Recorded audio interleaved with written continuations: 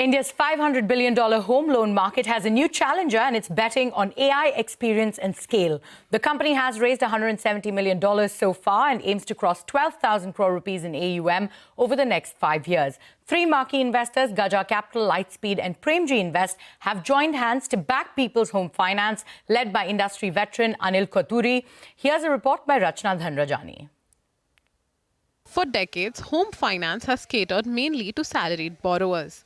But millions of India's self-employed, small traders, shopkeepers and micro-entrepreneurs remain outside the system. People's Home Finance wants to change that. The new platform, built through a buy and build model, is targeting India's informal economy using technology-led underwriting and AI-based credit assessment. Home loan AUM in this country is about 40 lakh crore rupees. But however, the small self-employed customer who does not have income proof, that AUM is just shy of about 1 lakh crores. So which means less than 3% of the overall market is this kind of a customer.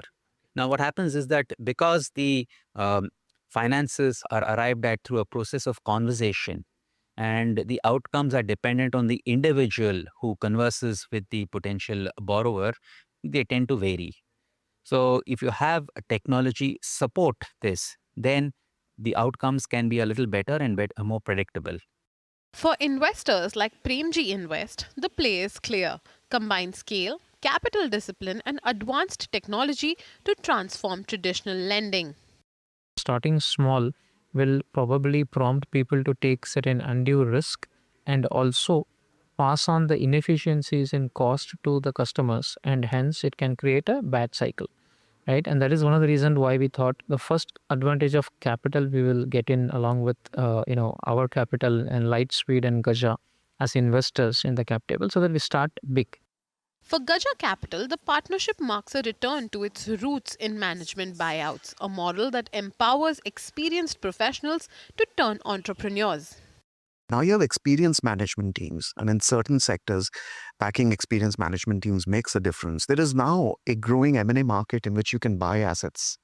And it's one of the few parts of the entire venture capital private equity market where you have some purchasing power. What we've done differently over here is we've followed an M&A approach. What that M&A approach means is we didn't want to start batting at zero. We kind of want to start batting with a few runs on our leaderboard as well already. So we've looked at these few assets which we spoke about. We're going to start with hopefully around 2,000 crores of AUM, with a lot more growth capital behind it as the platform is being put together. 100 plus branches, CXO team ready. People Home Finance wants to rewrite the rules in a sector that has long been seen as low-tech, paper-heavy and full of conditions like salary slips. It expects this digital reboot to open the doors of home ownership for millions of India's self-employed, making People Home Finance the HDFC of affordable housing. In Mumbai, Rachna Dhanrajani. And with that, it is a wrap on this edition of Startup.